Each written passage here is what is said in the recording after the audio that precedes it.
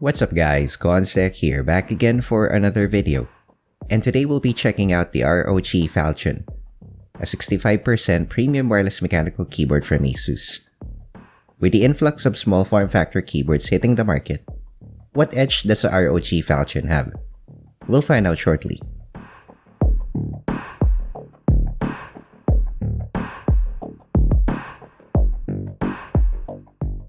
Let's start off with what comes in the package. So the box comes with a manual, warranty card, some ROG stickers, USB-C cable, a USB-C to USB-A adapter which can be used to extend the keyboard's wireless dongle, and of course, the keyboard. What I immediately notice is that this keyboard comes with this cover that doubles up as a keyboard tray. I really like it because it keeps the keyboard away from dust when you're not using it. Another thing I noticed is that this keyboard has a touch-sensitive sidebar that acts as a volume controller and a battery level indicator. I think it's a really cool feature since it's something I've never seen implemented on a keyboard before. Now the keyboard weighs at around 520 grams, measures 305mm long, 101mm wide, and 38.5mm tall. And here's a rundown of the complete specs for your indulgence. Overall, the keyboard is very well constructed. Made from thick and durable plastic with an aluminum top plate, this keyboard hardly flexes at all. Flipping to the bottom, we can see 4 rubber feet and 2 flip-out stands with rubber feet as well. At the back, we can see the compartment for the wireless USB dongle, a USB-C port, and the on and off switch. The keyboard has a floating keycap design so you can clearly see the lights bleed out from the sides. Alternatively, we can place the keyboard on the tray to give the lights a diffused effect. The keycaps follow the ANSI layout and uses the OEM profile. Fonts are the typical Spider-Man theme font we find on almost every ROG branded keyboards. Overall, I really like the minimalistic design of this keyboard. It's very compact and doesn't have really crazy add-ons to the design. RGB lighting is something we see on almost every mechanical keyboard around. But there's just something special with these ROG keyboards.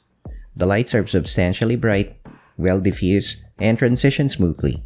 It has a couple of presets available by pressing the FN plus left or right keys, and brightness can be adjusted by pressing the FN plus down or up arrow keys.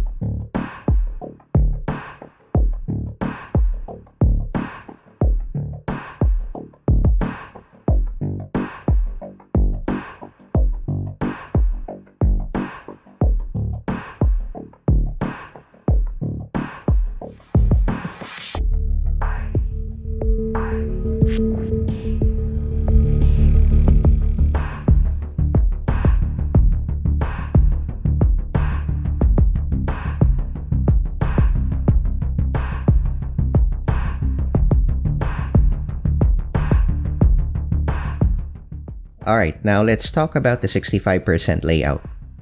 To those who are new to this, the layout is more like a stripped down TKL or 87 key layout. You still get your dedicated arrow keys and some of your function keys. Keys that are missing are mapped to a second layer and are triggered by pressing the FN key along with the corresponding key. Now I've been used to small form factor keyboards for a while and I'd say the real benefit you get from them is the space. With a keyboard this small, you have so much room left on your desk for your mouse and it just makes your entire desk look really clean. There's a slight adjustment time though, but if you're coming from a TKL layout, you won't be really missing out on a lot of keys unless you use the F keys heavily. Under the keycaps, we can see that the keyboard uses Cherry MX Red switches rated at 50 million clicks. These are linear switches and are relatively quiet compared to brown and blue switches. They have a 45 gram actuation force and goes up to 60 grams as you bottom out. Honestly, I wish they just used their optical switches on the Falchion, since those switches are really good. If you want to know more about ROG optical switches, check out my review of the ROG StrixScope RX. Now, despite the Cherry MX Red switches being a bit underwhelming compared to optical switches, I'd say they are still really smooth and nice to type on. Also, the good thing about using traditional MX-styled switches like this is that you won't have much trouble replacing the keycaps later on. Now, taking a closer look at the keycaps, the ROG Falchion uses double-shot PBT keycaps. The double-shot molding doesn't go all throughout the entirety of the keycap though, but it doesn't really bother me. Thickness is consistent across all the keys and they have a slightly rough texture which most would prefer. Combined with the Cherry MX Red switches and the aluminum top plate, the keyboard produces one of the most satisfying sounds I've heard from a keyboard. Here's a quick sound test for you guys.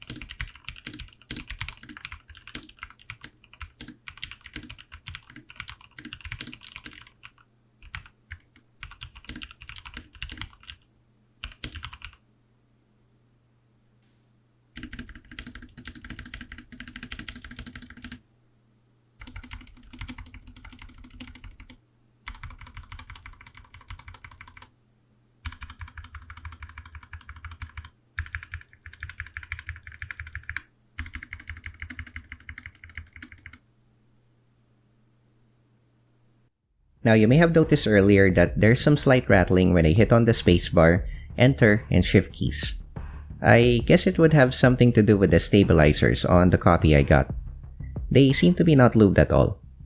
Now from my understanding, the stabilizers should be pre-lubed, so you'll likely hear less of them on the retail copies. Now I'd like to point out that this keyboard uses Co-Star plate-mounted stabilizers. It's not something you'd see every day, since most keyboards use Cherry stabilizers. They're a bit finicky to set up, especially if you're like replacing keycaps every so often. But they are far more easier to lube and replace since they are literally just sitting on top of the plate. Now, speaking of keycap replacements, one of the issues you'll likely encounter when replacing the keycaps are these keys. They're slightly smaller than the typical keys, but with some luck, you should be able to find the right keycap set for them. Or if you want to go full ROG, then you can grab these ROG PBT keycaps that are being sold separately. It's a complete set that's compatible with the Falchion and with other ROG branded keyboards. So I've been using the ROG Falchion for a month now, and I can say it's a great performing keyboard hands down. Most small form factor keyboards use Bluetooth for wireless connection, and we all know Bluetooth ain't gonna cut it for competitive gaming because of its high latency. So I really like that ROG completely ditched Bluetooth and just stuck to the 2.4 GHz wireless connection that offers very low latency and makes the keyboard feel like you're using it wired. Battery life is also superb. ASUS claims that the battery can last up to 400 hours without RGB illumination and up to 50 hours with RGB on. From my experience, it has exceeded that, and the keyboard actually lasted me a good 5 days with RGB lights on before it completely drained. I use the keyboard mainly for my day job and some light gaming after work hours. A cool thing about this keyboard is that it supports quick charging, and you can literally charge up the keyboard for 30 minutes and expect it to last 30 hours for that charge. Now, just like any proper gaming keyboard, the keyboard runs at 1000 Hz polling rate and it supports NKRO, meaning you can literally press every single key on the keyboard and they would all register at the same time. The touch panel is definitely useful for me, productivity-wise, as I've set mine to function as my copy, paste, and print screen. Now the keyboard also has a lot of advanced features like on-the-fly macro recording and deep customizations offered by its software, ASUS Armory Crate. Here, you can customize every key to your desired function or macros, configure the touch bar to literally anything you desire, just like what I did, configure power-saving features, and of course, play around with the RGB. To wrap things up, The ROG Falchion is a very solid 65% keyboard for its $150 price point and serves as a testament to ASUS' commitment to the growing needs of the gaming market.